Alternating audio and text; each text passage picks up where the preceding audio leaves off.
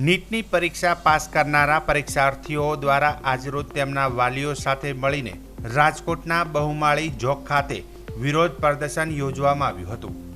એમબીબીએસમાં admission લેનારા વિદ્યાર્થીઓ દ્વારા વિરોધ નોંધાવવામાં આવ્યો હતો।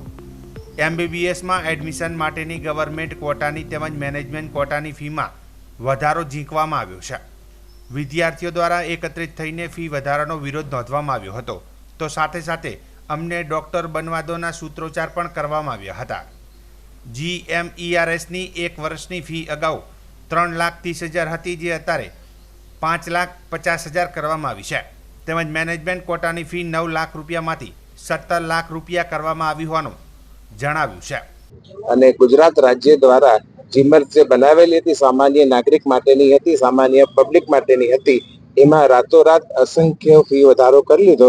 જે 3.5 લાખ રૂપિયા ફી હતી એની ગવર્મેન્ટ કોટાની ફી 5.5 લાખ રૂપિયા કરી અને મેનેજમેન્ટ કોટાની જે ફી 9,07,500 હતી એની 17 લાખ રૂપિયા ફી કરી, કે જે અસહ્ય વધારો ગણાય। ટકામાં ગણીએ તો ગવર્મેન્ટ કોટામાં 66% જેટલો વધારો કર્યો છે અને મેનેજમેન્ટ કોટામાં 88% જેટલો વધારો કર્યો છે, જે સામાન્ય પબ્લિકને કોઈ પણ રીતે પરવડે એમ નથી। આ અસહ્ય ફીનો વધારો ગવર્મેન્ટને અમારી નમ્ર વિનંતી છે કે બંને એટલી ઝડપથી પાછો લઈ સામાન્ય પબ્લિકને માનસિક શાંતિ આપવાની પ્રયત્ન કરે અને આ રીતે આ ફીમાં સામાન્ય પબ્લિકના કોઈ પણ છોકરાઓ ભવિષ્યમાં ડોક્ટર બની નહીં શકે।